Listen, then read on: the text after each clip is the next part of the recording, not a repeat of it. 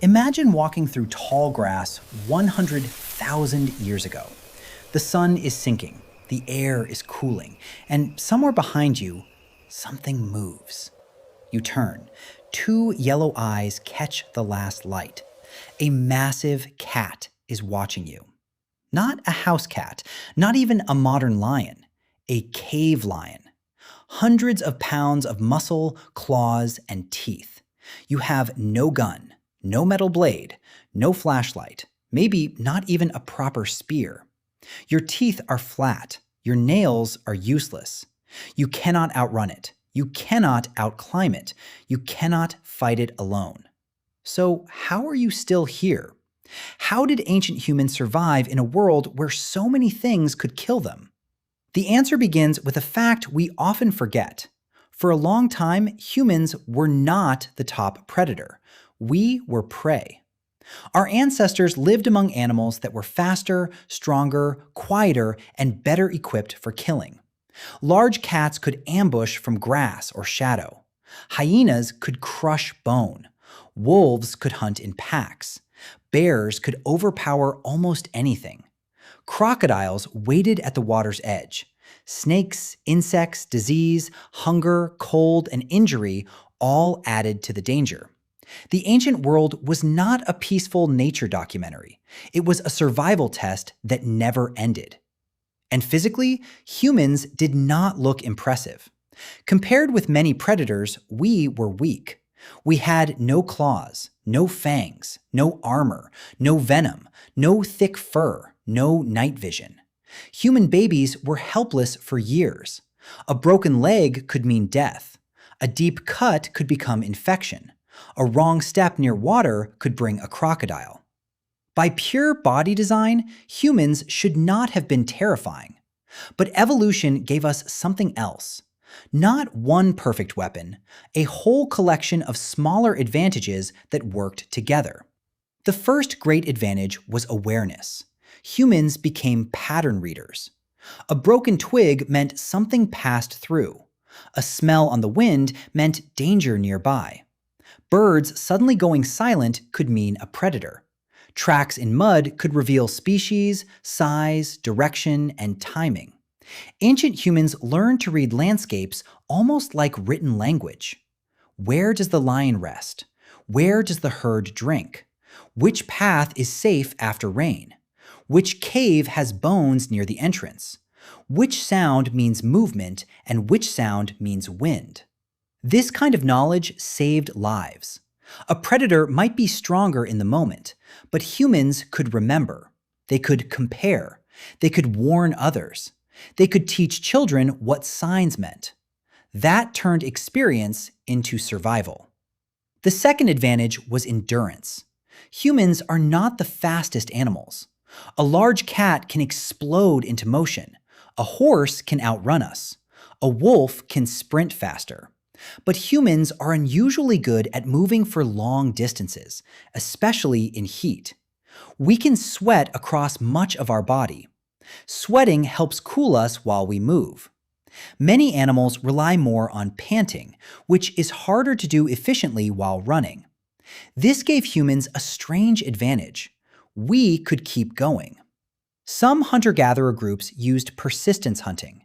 Instead of sprinting after an animal, hunters tracked it for hours.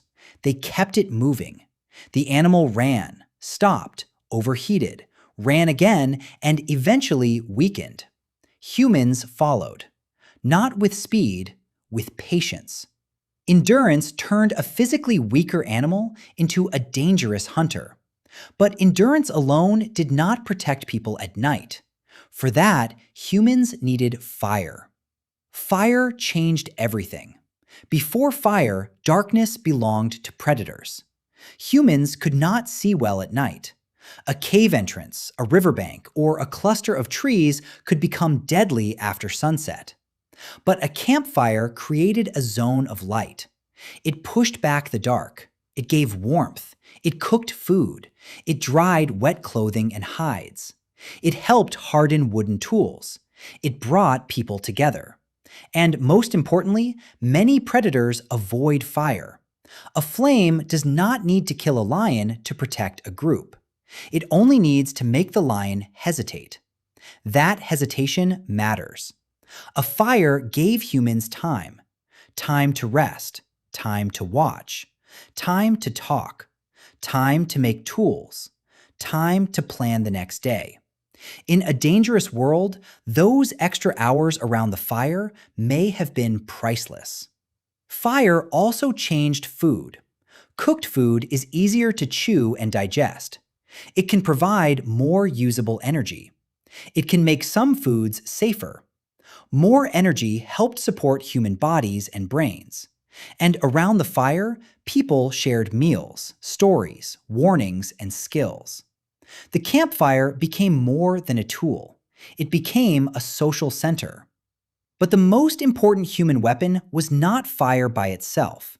It was cooperation. One human alone is vulnerable. A group of humans is something different. A group can watch in several directions. A group can carry injured members. A group can surround a predator. A group can drive animals toward a trap. A group can protect children.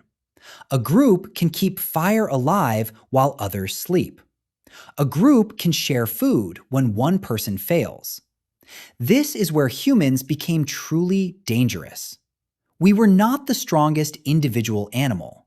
We became one of the strongest collective animals. Cooperation allowed planning. One person could make noise to drive prey. Another could wait in ambush. Another could block an escape route. Others could stand ready with spears or stones. A predator had instincts. Humans had strategy. And strategy can beat strength. Tools made that strategy more powerful. At first, tools were simple. Sharp stones, heavy rocks, digging sticks, wooden clubs, scrapers. Later, spears, blades, points, bindings, throwing weapons. A sharp stone turns a weak hand into a cutting edge. A spear turns distance into safety. A thrown rock means danger can travel through the air. That was revolutionary. Most predators fight with their own bodies. They must get close. A lion bites with its mouth.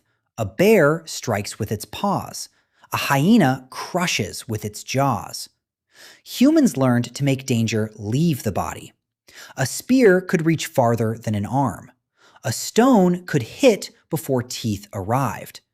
A trap could injure an animal even when no human stood nearby. This changed the rules. A predator evolved to fight flesh. Humans arrived with objects. And objects could improve faster than bodies.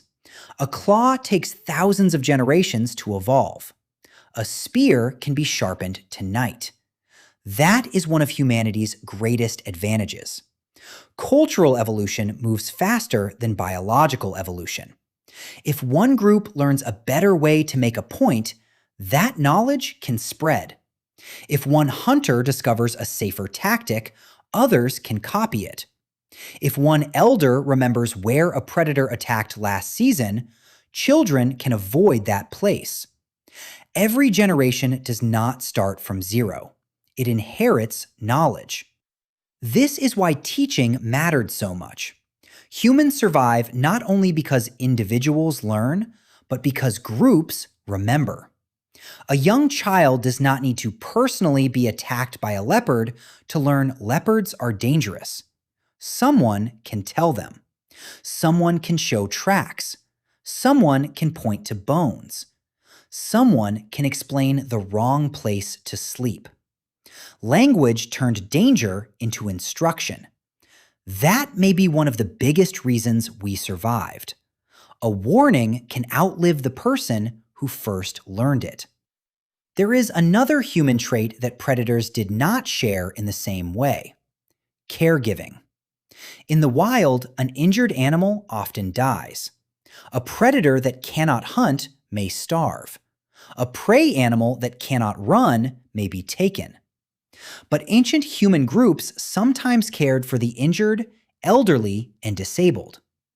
Archaeological evidence from ancient human relatives suggests individuals with severe injuries or physical limitations sometimes survived for years.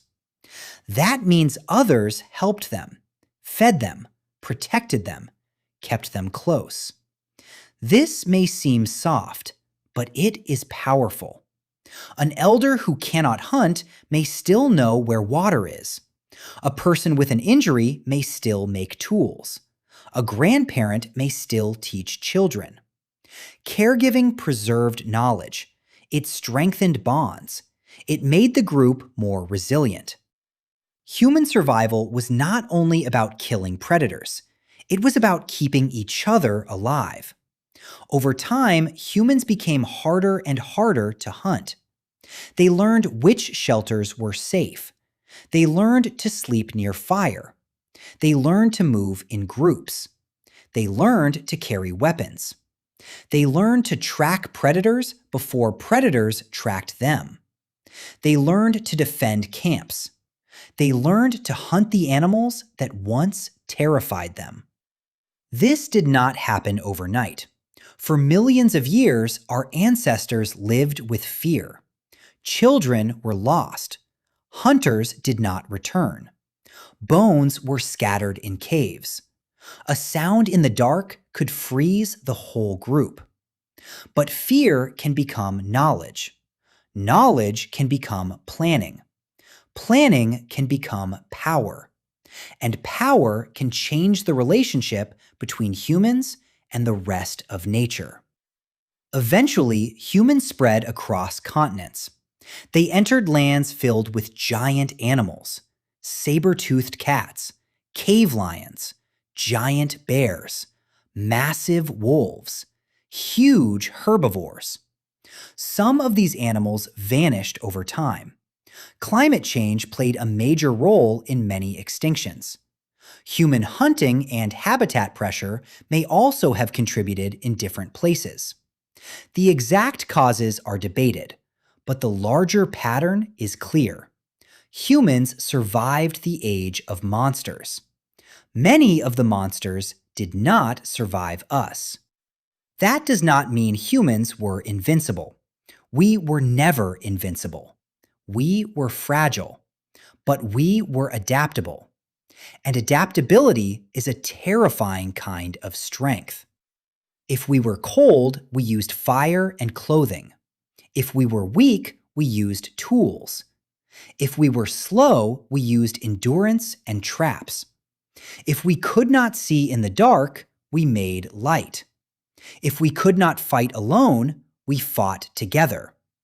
If we made a mistake, we taught the next generation.